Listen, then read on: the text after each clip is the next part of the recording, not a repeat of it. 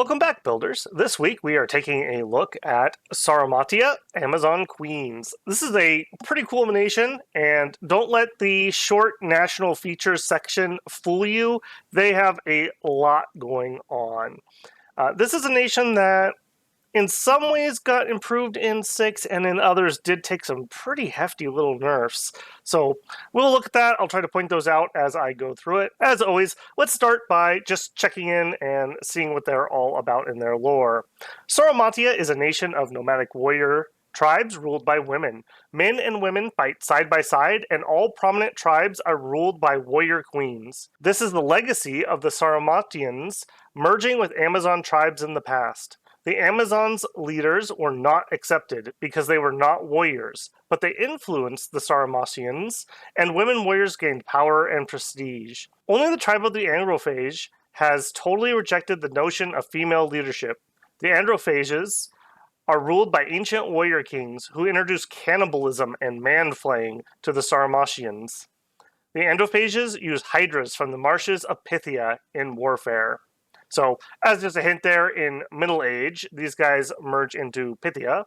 So, they have a throughput through the ages. They do make it, although what is left of them is very hybrid with other cultures, mainly with Urmor, ironically. For national features, we have light and medium cavalry, and I would say heavy. We have very heavy cavalry. Serpent riders, lizard riders, and hydras. Magic-wise, we are very strong in death. This is a very strong death nation. We have a little bit of nature, a little bit of blood, a little bit of astral, and a little bit of water. Our priests are weak. I believe we only go up to priest level 1s. I don't think we have any native 2s. No, just priest level 1s. We can do blood sacrifices, so sometimes that can be kind of interesting to go for Dom kills or just to really push out some Dom. We have standard forts, so nothing special there. Let's take a look at our capital sites. We have the Great Cauldron. This gives us a bunch of special units in our capital, some of which are sacred, some of which are just special archers. We get 2 blood slaves from that. We have the Bitter Stream, which gives us another one of our sacreds, 3 death gems, a water. We have the Enchanted Isle, which is a nature gem, and the Swamps of Pythia, which give us our Hydras and Hydra Tamer. So overall, pretty good income. Having blood income and death income and nature income, all great ones to have, and at pretty decent amounts there, with a little water sprinkled in case you need a ring of water breathing or something. Diving into our units, what looks to be a pretty long unit roster isn't actually as big as it looks. So we have a standard archer who has a composite bow. Composite bows are very usable, very good in the early age. At a range 40 with good precision and decent damage. And he has magic tattoos. As Sauromatia, we have magic tattoos on quite a few of our troops. These work very similarly, in fact identically, to Merverni, although we tend towards horse or snake tattoos. So just as a reminder, we get a spell that we can unlock at Enchant 3. We have a caster who can cast said spell, and it awakens our magic tattoos. When you awaken a magic tattoo, it gives you invulnerability 10, which does stack with armor, although not 1-to-1, and some other bonus. So in the case of the snake tattoo, it also gives us extra magic resistance. As far as archers go, these guys are not bad. And if you add on the magic tattoo, they should be at 13 or 14 protection on the body, and they will have 10 on their head. So actually a pretty well-armored troop once you are awakening tattoos. Next up, we have the Androphage Archer. These guys are a little on the pricey side for just a bowman, but they are using composite bows, and these are specifically poison composite bows. So still at range 40, still at 12 attack, and we have 13 damage with a weak poison on it.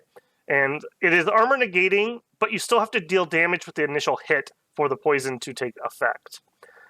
Also remember that poison in 6 gives you some stat debuffs while you are suffering from it. So while these aren't the most killy thing ever, depending on your target, these actually are pretty good.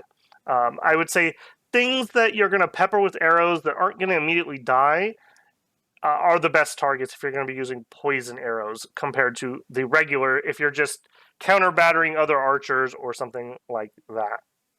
For our only line infantry, we have the Sauromatian Amazon. They look pretty bog standard here. Length 3 spear. They do have 11 attack with 13 damage, so these are essentially just human stats. But we have a magic snake tattoo. So our magic resist once we're awakening is actually 11, which is alright, it's pretty good.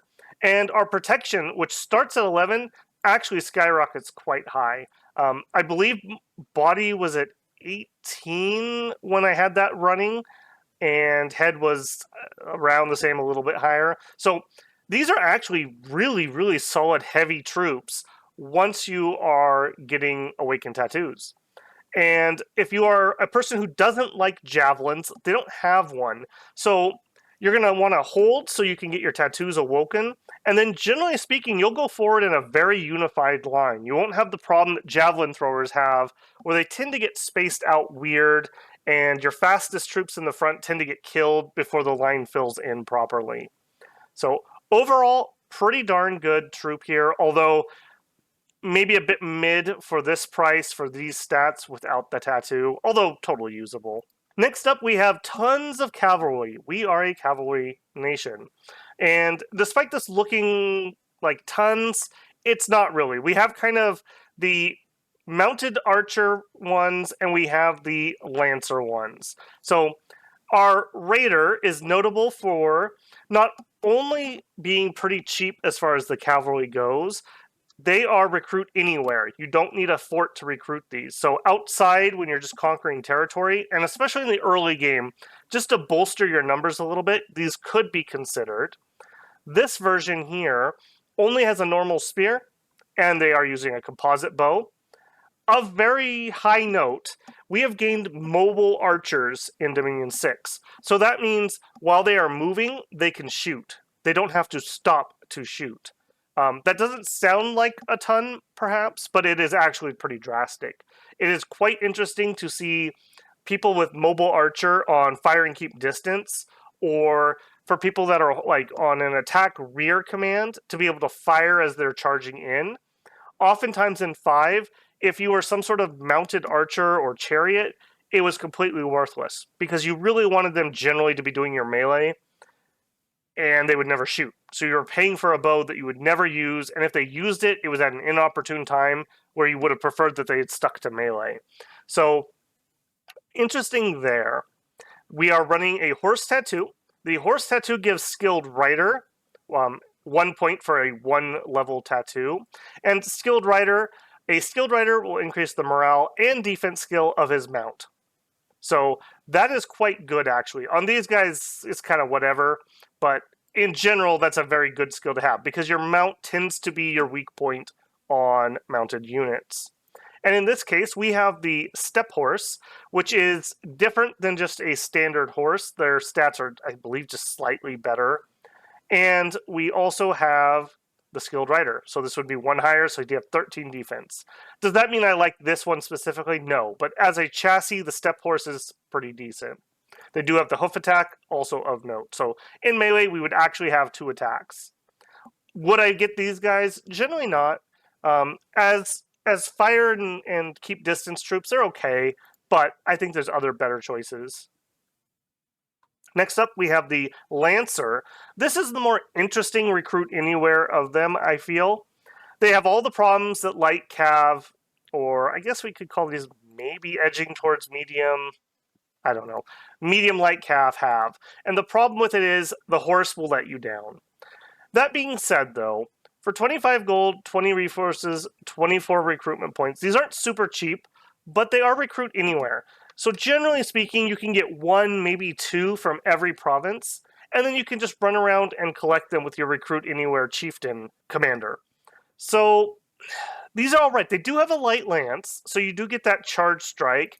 Generally speaking, I think the charge for these guys is 6 extra damage. So you have a 10 attack with 20 damage on your first hit. very nice. I mean, whenever we're at the receiving ends of big cavalry charges, you feel that first hit of the lances. So a few of these guys on hold and attack rear can be quite nice for expansion or even fighting other armies, just for a cheeky little commander assassination on them. As far as combat goes, they do have okay protection at 10. They are rocking the horse tattoo, so their horse stats are slightly better. This one particularly is wearing light scale barding. Of note, unfortunately, it does not protect the head, which is the big letdown. If they had 10 protection on the head, this would be a very nice unit. That being said, I do quite like these. I do think they are usable. Next up, we have... Oh, and I think we did skip one thing. Okay, we will talk about it here. On our Raider and the Sauromatian Raider, we also have Pillager. I don't know how often this is actually used. So when you use the Pillage command, you'll do more damage and you will loot more. So it says here, a fast pillaging army, map move of 20 or more, can also make a special raid command where they will first move and possibly fight and then pillage. So rather than just a normal attack command into a province, you can do this special raid command. How useful is it? I don't know. I think against real players this is more useful because there will be an ebb and flow to the front line. Against the AI, I'm not certain. But it does give you extra cash. If you're going into an area that you're not planning to hold, that could be quite nice just to cause extra unrest, to steal more money. Could be interesting. As a chassis for this one, we have a spear and a composite bow. This horse is unarmored. They're a better skilled rider. I don't know. I'm not super in love with this. It doesn't have a lance or anything. 25, 19, 31. If I was going to get something to do the pillaging, I think I would stick to the slightly cheaper guy. I'm not in love with that command, so I haven't particularly done too much with them. Next up, we have the Sauromatian Lancer.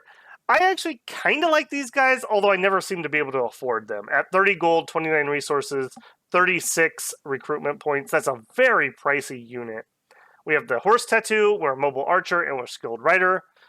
These guys they're all right. I could see use for this. Like, if you're going to go into what you know is going to be like a long throne battle or something, maybe you're on fire and keep distance, you use up all of your 12 ammunition, and then you still have a light lance to go in for like a late charge. That's actually kind of useful. Like, everything should already be engaged, so you're not going to take it to the face when you do your charge. Things are already maybe morale wavering, and a good solid charge might be able to break them. Maybe all the things that were protecting the back of the field have moved forward at this point. The enemy archers are also out of ammo, so they've moved forward at this point. So you have a better chance of getting into those squishy commanders. I think these are interesting, but maybe hard to use for their price. Next up, we have the Sauromatian Cataphract. One of the better non-sacred heavy calves. I don't know why they would call this medium. I would say this is heavy calf. 14 protection on our rider, 16 on our horse. These are definitely pretty heavy cavalry, and I think they're pretty decent. We are using an actual lance, not a light lance. So we will have a length 3 attack that goes in for the lance damage. It will give you more. I believe this gives more damage on that first strike than a light lance does. And once we've done that first strike, we switch over to a broadsword. So is that particularly great? I don't know. You go down from a length 3 to a length 1, so now you're looking at being repelled by spearmen, perhaps. But that being said, a 13 attack with 17 slashing damage is a good attack. And you're on a very heavy unit. So a group of these for just a good, solid, heavy cataphract charge can be quite devastating depending on your target. In full grind combat, they tend to get worn down sooner or later. Even with the 16 protection, the defense isn't very good here. Only 20 HP. Our rider is just a human, maybe slightly stronger than normal. So a very good unit, but very pricey. 35, 37, 46. It's hard to get these in any numbers. If when I wanted to use them, I would shoot for having I'd say 10 at least to have a good solid charge. If you're too small, you'll get like your 5 kills and then you'll just get surrounded and killed. So you do need to have a certain amount of bulk to them when you're using them. Next up, we have cap-only Hydras. We have a baby Hydra, which just has 2 attacks and Hydra stats. Of note, they do have a Poison Cloud and Recuperation. And with very similar stats, we have the full Hydra. You may only get one of these per turn in your capital, and if you're planning on using them, you're going to want to try to get that rolling because, again, very limited. That being said, they're very usable. They have regen. They have fear. They have blunt and piercing resistance, so great against like spearmen, for example. We're susceptible to fire. We have massive poison resist. Cold-blooded. We have swimming. We have swamp survival. We have recuperation. We're animals. We have a big poison cloud. We're undisciplined, but put an asterisk on that when we talk about commanders. There's something that will fix that for us. And we're unsurroundable 4. These guys are very beefy, and against the right targets, they're absolutely devastating. The early heavy infantry that the AI gets, where it's like sword plus some like medium heavy armor and a shield, swords are going to really struggle to kill this guy, and he's just going to kill them through their armor with that poison cloud. He has 5 attacks, and they're very good attacks, and they all have poison, including a strong poison on the main head. So these guys can be exceedingly killy. 8 protection is not great, but it's not misery either. You have some defense, you have good attack, you have good HP. You're going to be regenerating, I believe, 9 HP per round. Pretty darn good. And due to some of the changes that are coming, they're much easier to buff than they used to be. And if you throw, let's say, Body Ethereal on one of these guys, so that 75% of non-magic attacks do not affect them, these become nightmares because they're going to be just regen through whatever you have. Quite good.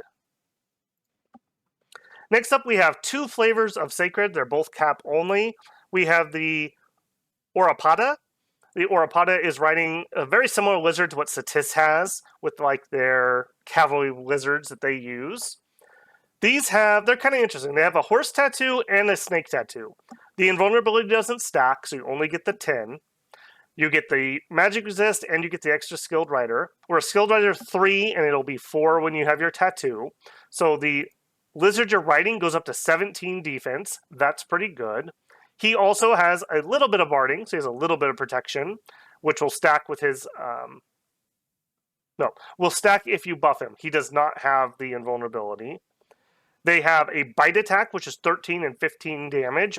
Very nice there. Of note, pitiful magic resist, though. So they do have that weakness. As the unit here, we are armored with 14 armor. Is pretty good. Good defense skill. We're using just a light lance, so you do get that first charge. These are very usable sacreds. They're a little squishy.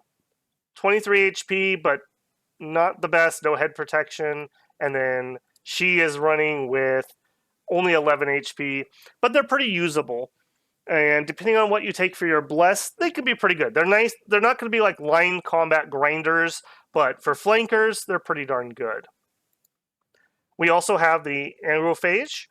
This is kind of sort of similar. It is a mounted, heavily armored unit.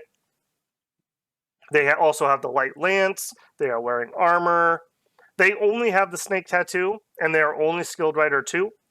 They do have swimming, and they do have swamp survival, so maybe could be interesting. You can get across a river that you normally couldn't cross.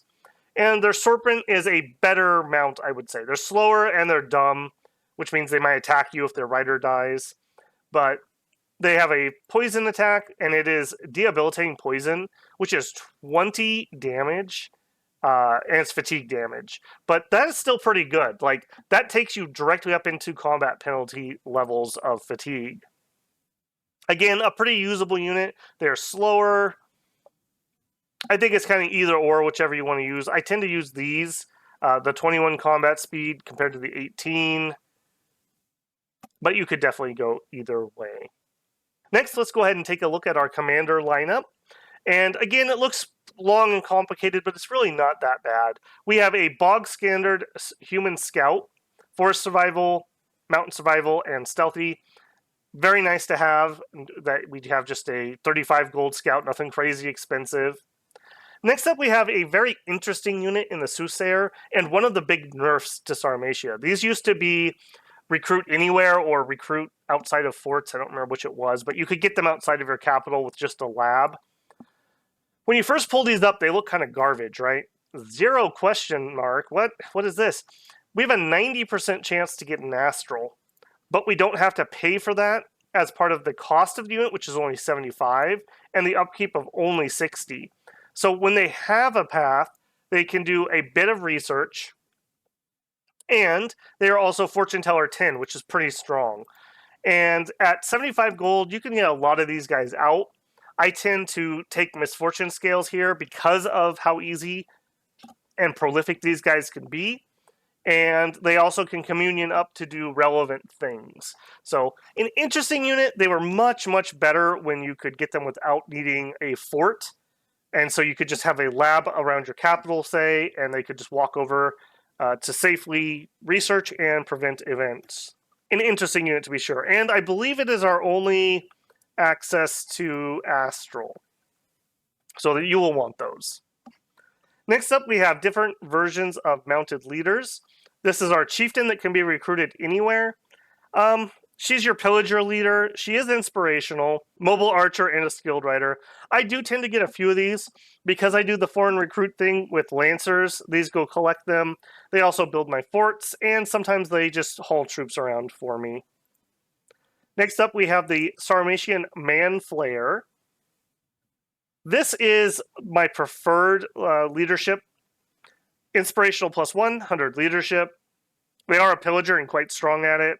Magic Horse Tattoo 2 means they are skilled rider 4. They have mobile archer, which is quite nice. So if she's not your prophet, which, spoilers, this is who I would make my prophet, they can at least fire arrows from behind the line, which is always nice. And they have a full lance that if something does get behind your line, they'll probably eat a lance to the face if they're the first person there. Overall, pretty darn usable. And their mount is wearing the cataphract armor. So a fully mounted mount, or a fully armored mount. Very nice if you're using that for your prophet, say. And compared to the chieftain, which is only using the light scale. Next up, we have the Warrior Queen and the Warrior Priestess. Warrior Queen is even higher leadership at 150, so she does get +2 even though she's not inspirational. Otherwise, very similar, except for she is also sacred. This is another one that's totally fine to use for leading armies. That's a lot of troops at good bonuses. She also still has the mobile archer, and depending on what your bless is, being sacred can be quite the bonus. She is wearing the cataphract armor on the horse, so won't have that sniped out from underneath you. Pretty darn good.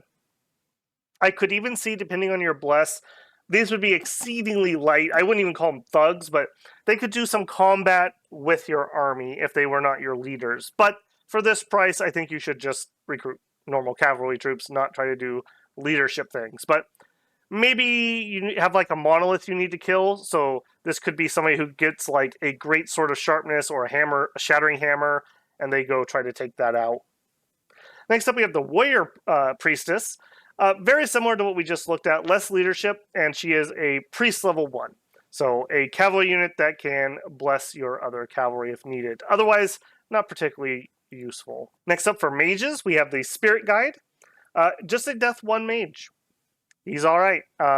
7 research for 52 gold upkeep. So even though he's not sacred, that's a very cheap researcher. He has Spirit Sight. I don't know particularly what would be relevant for that, but he's got it. We have a national spell that only requires Death 1 to summon up a little ghosty guy. So that's what these guys could do in the early game. Good guy to cast your Dark Knowledge Sight Searching. Usable. Not particularly of interest. We have the Inari. Much more interesting here. And, oh, here we go. Here's our other Astral Magic Mage. A little bit pricey, not cap only. 1 Astral means he can enter communions. 2 Death means he is useful in combat to summon skeletons, our national spell, other death magic. Pretty good there. And a little bit of nature, so he can give himself, say, bark skin, just to protect himself from arrows. He can give himself eagle eyes if you're going to be doing death evocations or fears and you want him to be precise. He is a fortune teller. He has the spirit sight again. As for research efficiency, though, 13 research for 164. He's not efficient. I like to take these guys. They're usable out of the box, but if you have two of them support another guy, he can basically skelly spam even Horde of Skeletons forever, essentially. So can be quite useful there. A good medium combat mage, I would say. Next up, we have the Warrior Sorceress. Of note here, she is a combat caster. She's very high skilled writer. Magic Snake Tattoo 2 means that her magic resist is actually 17, and her skilled writer is actually 4 if you're awakening tattoos. She also gets a random of water, death, nature, and blood. And the nature priest is the cross-pathing needed to awaken tattoos. So you will never have enough of these. You'll need tons and tons and tons and tons of them. Also, because they have combat caster, and the paths that they can get, they can actually make very interesting light thugs. If you have a water one, they could buff with Moss Body. And I tend to like to pair them up. So they can, one of them will give both of them a blessing and awaken tattoos, and then the one with water can do Moss Body. If you get a nature 2, they can do a gift of bark skin if you don't have awaken tattoo. They can be pretty useful. They're not going to be out solo thugging, though. At only 12 HP, they're just not tough enough. The combat caster could be interesting, but they don't have tons of good stuff here. Like, you're looking at Hand of Death, I think Cold Hand or Ice Hand or something. Maybe the Poison Breath. I don't know. They just don't have great pathing for a combat caster, unfortunately. Maybe they'll buff themselves some more. They're usable. You'll need tons of them because they awaken tattoos. I'm going to skip this guy and come back to him. We have the Manflayer. This is the leadership version of our other sacreds. They have magic snake tattoos. They're extra inspirational. They can swim and do swamp survival, so they could lead your troops across a river to attack things, and they can take a bless. And we have the Witch King, which is our cap-only mage. Very strong, very pricey. He is an interesting one to try to thug with. You would want Soul Vortex if you were going to try to do that, most likely. But, that being said, he does get Water, Death, Nature, Blood as his random pathing, so you can get some pretty strong things there. He comes with Fear out of the box. He comes with Poison Resist. Magic Snake Tattoos makes his Magic Resist 19, which is quite powerful. And Skilled Rider 2 gives some extra defense to his Serpent that he is riding. Of note, the Blood Death cross-pathing is pretty good. You can use those to summon up vampires with a little bit of boosting here. In fact, I think even if you roll the random Blood, I think it's 2/2 to do vampires, so very good there. He's alright. I don't know. He's very pricey, and while normally this would be quite interesting, I could just communion up a few of these guys for essentially the same effect, and I could almost get 3 of these guys for the same price as him, and they're not cap only. So he's kind of whatever. Finally, for our leadership, we have the Hydra Tamer. This guy's quite interesting. He has Tight Rein, and Tight Rein means that you can take your undisciplined animals and make them disciplined, essentially. Which means we can tell our Hydras to hold an attack rear or hold an attack closest, which makes them far less deadly to your own troops, and far more usable. Because that means you have 2 rounds that you could buff them with Bark Skin, with Body Ethereal, with the various animal buffs. Quite a few things. Like, giving this guy +2 attack would make him even more deadly, or a little extra protection, or Ethereal. Plenty of things that are pretty darn good there to bless him with. And these guys will let you do that. They do also have 15 poison resist, which should be good enough to keep them safe from the Hydra poison if they get caught in it. They do have a net that they can try to net somebody with, and that's kind of whatever. They are Beastmaster +2, so they'll help with the morale on these guys. These guys aren't too bad, but I think these guys are low. Yeah, these guys are somewhat low for animals, but with him leading them, he'll give them a -1, but then he'll give them a +2, so it washes out to a +1. pretty good. The Hydras are finicky. Like, you have to be careful, but with the right targets and a little bit of practice, you can even expand with. I usually would go with like 2 of these guys and like 4 to 6 of these guys just to give them a little buffer. Against the right targets, like I said, like short sword, heavy infantry, great target. Spearmen, even, because they are piercing resistant, not a terrible target. Heavily armored things, anything that doesn't have a high slashing attack. That's what you don't want to be going into. So it can be kind of interesting, and it gives us lots of options. We can standard expand, we can expand with some archers supporting a line. We can support with some cheeky attack rears. If you get lucky on resources, you could even cavalry expand, which could be kind of interesting with their extra map move. We have decent sacreds that are very usable. We have hydras, so lots of choices there. A decent lineup of commanders to lead them. Pretty darn nice. Well liked. I already spoiled what I would do for profit. I would generally use this one right here as my profit. Unfortunately, you start with a chieftain, so that is not particularly useful as a profit, in my opinion. I would generally go here, but you could do any of these ones. I would say with the heavier barding. You could try to go with like him to make him cheaper, but he doesn't have as much defense on his mount. Yeah, I don't know. And you'd have to wait several turns to be able to afford to get him. I think I would rather just grab one of these ones down here. Get that profit relatively early, get it expanding. Quite nice. I haven't had any problems with them getting killed. And it's kind of nice that your profit would have a lance that when somebody gets to them, you'll probably just kill that one unit at least. And then you switch over to a sword, which is a perfectly fine fighting weapon. So pretty good there.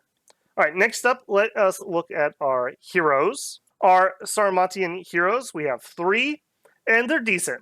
We have Pharmakia. Of note here, she is healer, which we normally don't have any healer availability. We have glamour on her. She is stealthy. She is sacred. Good researcher. She gives us glamour access that we otherwise don't have. I believe she is our strongest nature mage. With just a thistle mace, she could do global enchants. She's also a strong deathcaster and a strong astral mage. So relatively good. I would generally just try to keep her around researching and using her healer on some of our older dudes, maybe doing some globals with her. So while I don't think she's going to particularly change anything, she's still really good. Next up, we have Man-Eater. Again, a very, very strong Deathcaster. Our strongest Blood Mage. He is undead of note. I'm pretty sure you're undead. Maybe he is not. I'll have to double check that. His mount is definitely undead. For him, he has Fear 10. That's pretty darn strong. And he's a good leader, good mage. I would probably end up using this guy in combat. Yeah, I would probably use this guy in combat as a combat mage at some point. He's not worth saving. He's not that special, but he is your highest blood mage, so if you need to like boost somebody up for a big ritual, maybe you just use him for that since he's already there. He wouldn't require any death boosting if you want to do vampires. Of particular interest, he actually like wooed and then ate the Partholonian sorceress, which is our last hero here. But she's like, joke's on you. I actually was prepared for that, and I came back from the dead. And he's like, man, that's super hot. Will you marry me as my 7th wife? And she's like, yes, I will. So a little weirdity there. Of note for her, she's a strong caster. She's more glamour access. However, she has homesick. So she will lose max HP every month that she is not where she comes into the game at, which will be your capital. However, in Dominion 6 with Glamour, she could use Simulacrum to actually go out and do things. So I feel like she's way stronger than she used to be. I think she was in 5. She does do some summon allies. I don't remember what these are off the top of my head. I want to say I think they're undead, or maybe they're wolves. They're not too impressive, I don't think. She's a spell singer. She's a Partholonian, so this is more of the Celtic type, well, pseudo-Celtic type people. We don't have a Partholonian nation, but we have people who have sprinklings from them. She Has some resist there. She is immortal, so that is of note. She takes 3 months to reform if she gets killed. So quite good. And with Simulacrum, I think more usable than ever. Could be rather useful for some cross-pathing that you otherwise wouldn't have. So pretty good. So overall, nothing super crazy here, but very good and usable. So I quite like having heroes like that. As for national items, we have no national items. As for national spells, we have 4 different ones. I'm going to start by popping in here. Our first one is Summon Ancestral Spirit. This is a spell that gets shared with a couple nations of note, T and Chi line. These are super interesting, and I think they're usable, but they can also be a trap. You only summon one of these with the Conjuration level 1 spell. You get one later on where you summon like 20 of them in one cast, but it comes in at Conjuration 8, I believe. We'll look at it in a second. They do a weak attack that paralyzes. No, it does very little to no damage, but the paralyze can be pretty strong, and they're sacred. So I don't know. Combat summon sacreds are always difficult because it's hard to bless them, but these guys can be interesting and useful. We'll talk about that when we get to blesses more. They're ethereal because they're ghosts. I mean, they're true ghosts. They're interesting, if nothing else. We also have at Conjuration High, we'll look at it here in a second, the Daughter of Typhoon. This is a unique Hydra, essentially. It gets immortality, otherwise relatively standard, but slightly better stats. A lot more HP, so this thing is going to be regenning like 23 HP around, I think. Quite good there.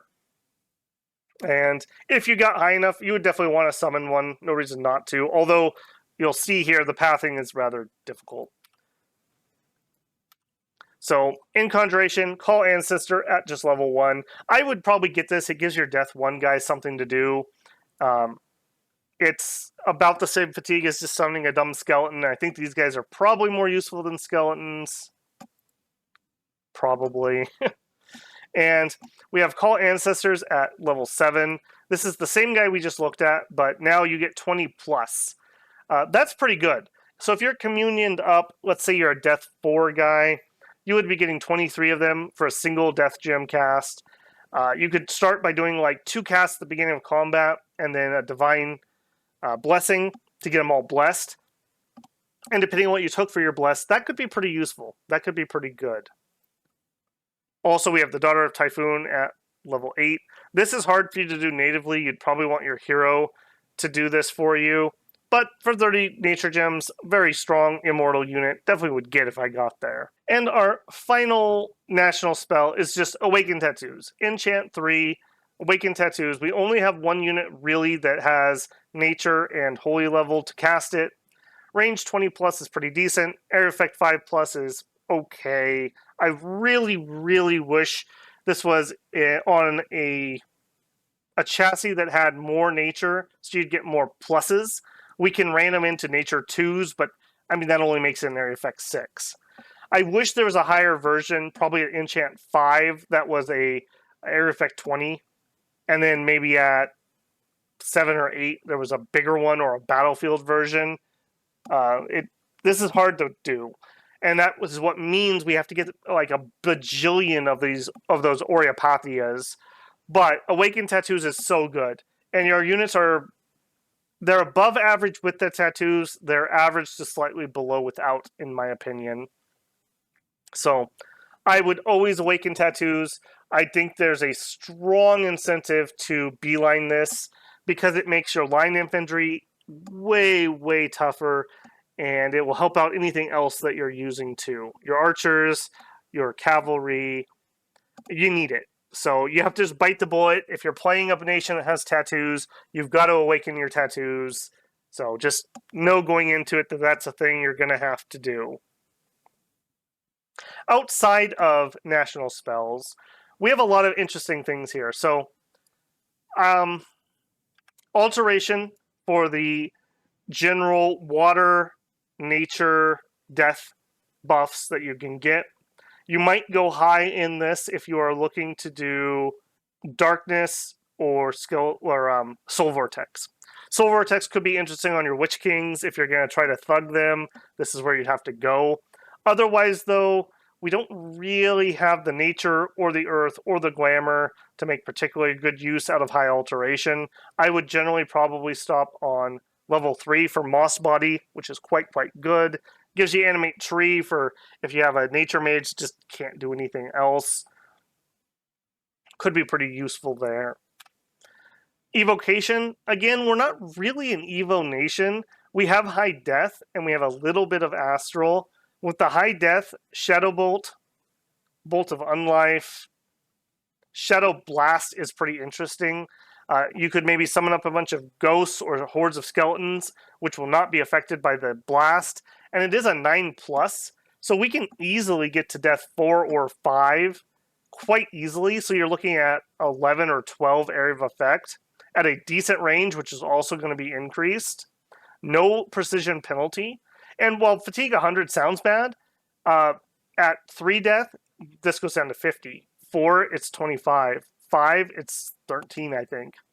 So it's actually not that expensive for our casters, and it does 8+ armor negating magic damage that also has paralysis on it.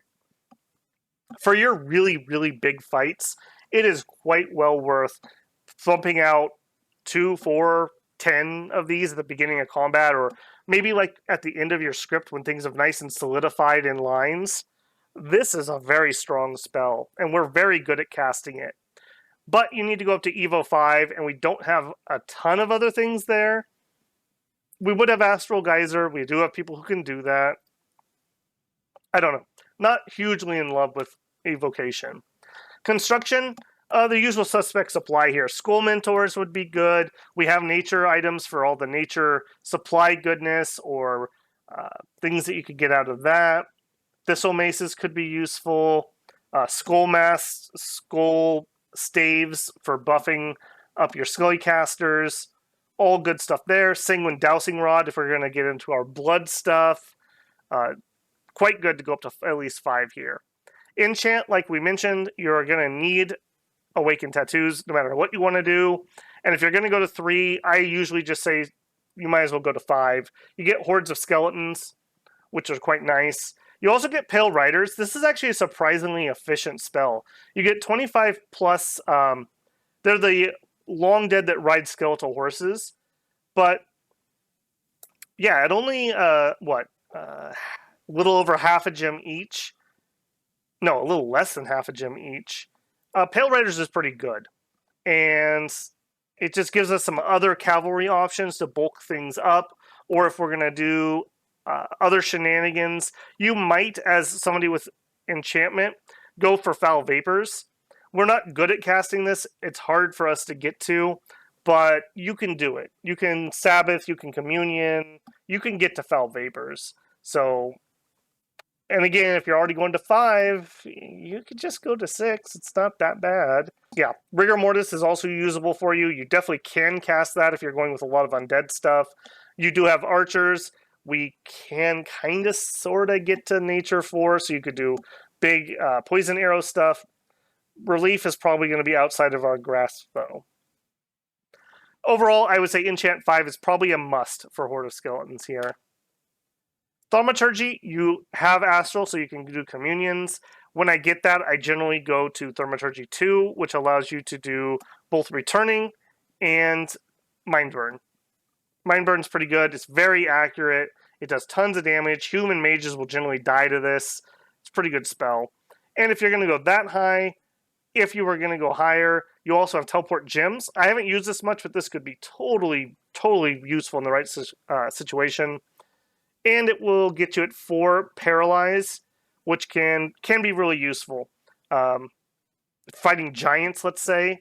Paralyzing a giant is quite handy. Or things with really high defense.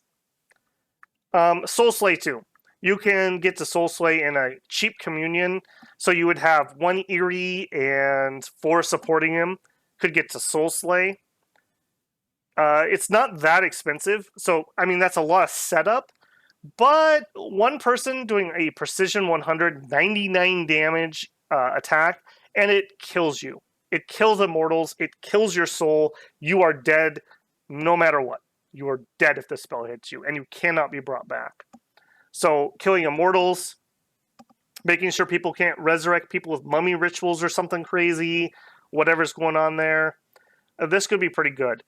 This is pretty high, though. You're going all the way to Thaumaturgy 5, and there's not a lot of particularly juicy stuff on the way. There's some stuff that's usable, but not particularly juicy. Could be interesting. For blood magic, I think the most interesting things here, if you get in an emergency in the early game, summon Bone Fiends, you can do relatively easy, and they're okay. Agony, it is a good fear spell. Pretty large effect and good range on it. But what we're really interested in is Bloodright. This summons you up a vampire. He's immortal. So you have an immortal leader with, I believe he's got 25 invulnerability and regen, but he's immortal. So he'll just keep coming back unless they soul slay him. And that can be very, very strong. If you're going to go further, Curse of Blood brings in the really good. This is the Vampire Lord. He has blood and death magic of his own. Not this high, but he's good enough to do the other vampire spell. And this is a summonable, so no upkeep, Blood 3 Blood Hunter for you. This is, I would say, a win condition if you can get here. And Sauromatia is pretty decent at getting here if you are so inclined. I think, generally speaking, I would do Magic Tattoos. I would either get Alteration and or finish Horde of Skeletons and then get the other one. I would probably get Thaumaturgy up to 1 or 2. I would go Construction 5, and then I would blitz my way through Blood Magic, trying to go for vampires. I think that is generally the play I would want to make there. Also remember, in Blood Magic, there is some really good battlefield stuff. If you're doing demon things, you can do Bloodlust. We have Blood Fecundity, which you actually, you can get this off if you need to, which gives us growth +2. And that can be quite nice since we're going to be blood hunting a lot. Depending on how much you spend on your bless, your scales may not be the best, and that could help out your economy a little bit. It would be difficult for you to do, but you also could get into Succubi. It's possible. It'd be hard to do. So overall, very good at what they do. They have a little bit of breadth of options, although I don't think you're going to surprise anybody with like fire mages or something. Your death, you have some nature. You could do a little bit of astral trickery. Anti-magic is doable quite easily if you communion up. That will help protect your undead. So if you're going to try to do things with either Horde of Skeletons or Ancestor Spirits, anti-magic is a huge boost to their survivability. Pretty darn good there. Okay, so let's bring all of that together. We are a nation that has tattoos, which are annoying to buff, but very strong. We have a good line troop, especially once it's buffed. We have decent to good archers. We have a mostly using composite bows, which are pretty strong. We have interesting mobile archers. We have a heavy cataphract. Cavalry. We have a decent light cavalry option. We have some interesting Hydra poison shenanigans. We have usable sacred cavalry. We have good leadership. We have an interesting cheap research option. We have some guys that can cast our special spells. We have very, very light thuggy type options. And we have some strong blood and death, and we can do astral magic. So we have quite a wide array of options. We're a nation that needs some scales, though, I feel. 37 resources is nothing to write home about for being cheap. 12 on your line troop. Even your archers, 6 and 5. Sacred's 25, 15. So you probably need a little bit of production. You have things that cost a ton of recruitment points, and you're going to need lots. Like, these are human troops. You're going to lose stuff. You need to replace them. So a little bit of order wouldn't be bad. You're going to want a blood hunt, so that pushes you maybe a little bit more towards order. So in my mind, because we have fortune tellers, you take misfortune to pay for better scales. I think that's kind of a given for me. We do have things that are cold-blooded, so we don't like the heat, but maybe a heat 1, that's another negative scale that it doesn't hurt too much. So that's 3 negative scales we can take and kind of counter. which could pay for production, which could pay for order. Growth would be nice because we're going to blood hunt. Magic is really good. These guys, if they roll an astral, I believe have 7 research. So while they're very cheap, they're not particularly strong researchers. So if you could get Magic 2 or even Magic 3, depending on what you pick for your Pretender, that would take these up to Research 10, and you'd only be paying 52, or let me just double check the upkeep on these guys, or 60 gold per researcher. That's pretty darn cheap for a 10 researcher. In fact, this guy actually has 9 because of my Magic 2. So they do start at 7. So I think Magic skills are very strong here because we have decently cheap research options, but they're not very fast researchers. So what are we going to do with that knowledge? Well, we're going to need some scales, but we're also going to need some blesses. So let's go take a look at what that means. All right, here's Sauromatia's options. As you can see, they have quite a bit of options. We have the Greek-ish, we have the Celt-ish, Germanic-ish guys. We have tons of different immobiles. We have tons of different monsters, and actually quite a wide variety of Dominion 1s. Tons of room for options here. And because we can do scales, we have a summonable sacred, we have cavalry sacreds, we have some sacred mages. There's a lot of different ways you can go here. Generally speaking, I think I would stay away from Sloth. I don't think that would be good. I think you need at least neutral on your production scales. But other than that, I think you can go many, many different ways. And because we have expensive troops, I think this is a nation that you could argue for Awake Expanders even. Not usually my most loved thing, but I think you could totally do it here. Do remember that because of your tattoos, you have invulnerability 10. So you're not going to want to take protection buffs as blessings. So hard skin, bark skin, things like that are not particularly interesting for you. We do have blood, so you could go with higher blood things. A Freak Lord could do some adept crossbreeding. That could be interesting. We have the Vampire Queen. While exceedingly expensive, she does come in with high invulnerability. And remember, your HP will scale up with the strength of your Dominion. And she's immortal, so she'll just keep coming back in 1 month. So she could be pretty interesting, but at 250 points, that's really a hard justify. If I was going to make something with her, I would probably go like maybe even full imprisoned and just count on her coming in really late. Maybe give her the paths to do the vampire count summon. And I don't know, blood surge and some undying or something. That's hard to justify that price. You also have the gray one with some interesting pathing here. That's a Trinity option. It splits the pathing amongst 3 chassis, essentially. Those can be kind of interesting. We do have Great Sage, so if you want to go really hard on research with your cheap researchers, he does Inspirational +1 at a very cheap chassis. Maybe you just take him with high enough Astral to do... what's the Astral Sight Search? Asteric Knowledge? Something like that. And he could just sight search, like turbo sight search for you. Up here, tons of different options.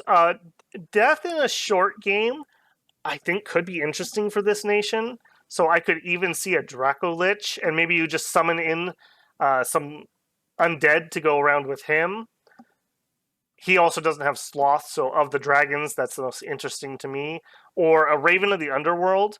That can be pretty interesting because he gets Dark Power. So if you want to try to take over the caves, that would be a very strong pick. He has really high Fortune Teller too, so help counteract some of those really bad scales we're going to take. And he has Corpse Eater. Corpse Eater eats corpses in a province and gives you max HP. So that can be pretty interesting. We also have the Phoenix, another immortal chassis. He brings in some magic variety for you. So with this guy, maybe you take, I don't know, enough fire and air so he can do wind guide and fire arrows, since we have decent archers. And let's see, what would we do with that? We could do fire shields, or let's pick him and actually just look. Fire shield could be interesting. Righteous Wrath. This is another super interesting one. Normally, this is kind of iffy because you have so few sacreds, but we have that ghost spell. So we summon in a bunch of ghosts that are going to die, and we script it so that our good sacreds are near them and mixed in.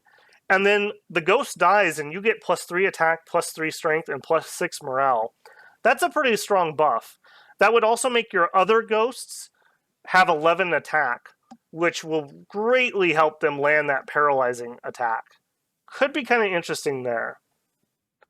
For the air, I don't know, we could take some extra precision, wouldn't be terrible for your mages. Swiftness is actually pretty decent on your cavalry sacreds. 30% extra movement rate just helps them flank better, and they do get an extra defense. This also makes them attack sooner in a round. It doesn't give another attack like quickness, it just, you will probably attack first. Could be interesting there. Beyond him, you do have Titan chassis, including Titan of the Forge, if you want to go heavy into forging things. You have the Mother of Monsters. Again, she can do adept crossbreeding. She summons in some chaff for you.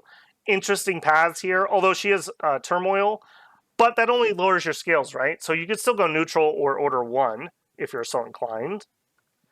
You could do Invisible Titan of Underworld shenanigans. You could do Lord of the Wild is another super interesting guy. He almost kind of sort of can expand. He does summon in animals with him. I don't know. He's okay. He's going to need some gear. You have the Great Archon, who's a great choice. He's great at alchemy, so he could take your fire gems and earth gems and turn them into money. And he's Inspiring Researcher +2. So all those little research 7 guys, so that's a 9, and let's say you're in Magic 2, or he could even go Magic 3, you can take those up to Research 12 guys with 50-something, 60-something gold upkeep, and just be an absolute research monster here. If you were going to go Awake things, the Bulls are pretty good. We have the Earth Serpent, although sloth stuff there. So those could be pretty good. Unfortunately for them, they all kind of like hard skin, and we don't really want hard skin or invulnerability. So that's a bit of an issue there. Yeah, she's going to have the same problem. Immobiles, I think immobiles are doable here. The Blood Fountain is quite interesting. In fact, let me show you a Blood Fountain. This is the one I was running in my practice games. I quite liked it. It's using some Fate Weaving, which I haven't really used too much. I like that because we could put that on our little ghosties and let them go out and screw people up, essentially, and have Blood Vengeance, which, again, just nice. Blood Vengeance, it's always a double-edged sword because you can proc it on yourself with Friendly Fire, but because our mages mostly focus on sorcery paths, there's not a ton of, like, we're not going to lob a fireball into our sacreds and kill ourselves. So this is actually pretty decent here. The pathing was all right, and the scales were decent. I took them as only dormant, which is totally fine. We can expand without our sacreds, and I thought these scales were fine. Good scales are always better, of course, but these were fine.